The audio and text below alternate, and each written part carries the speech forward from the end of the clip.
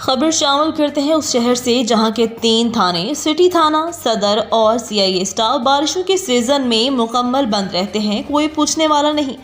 تازہ ترین اطلاع کے مطابق منڈی بہاؤالدین شہر کے تاریخی گاؤں پنڈی بہاؤالدین کی جہاں مین گلی بارش کی وجہ سے نہر کا منظر پیش کر رہی ہے۔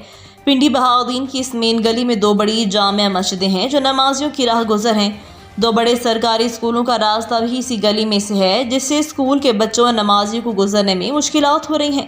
کل حالیہ بارش کی وجہ سے انتظامیہ اور TMO کی کارکردگی کا منہ بولتا ثبوت ہے۔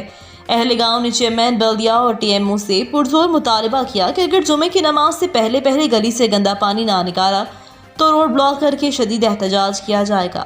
ایک بڑے شہر کو تباہ کر دیا گیا ہے۔ ناقص پالیسی اور من پسند ترقیاتی ٹھیکیداروں نے شہر کو دریا میں تبدیل کر دیا ہے۔ اب تک کے لیے اتنا ہی۔ کیمرامین ندیم اقبال کے ساتھ علی رضا، منڈی بہاؤالدین۔ مزید خبروں سے باخبر رہنے کے لیے وزٹ کریں ہماری ویب سائٹ rednews.pk۔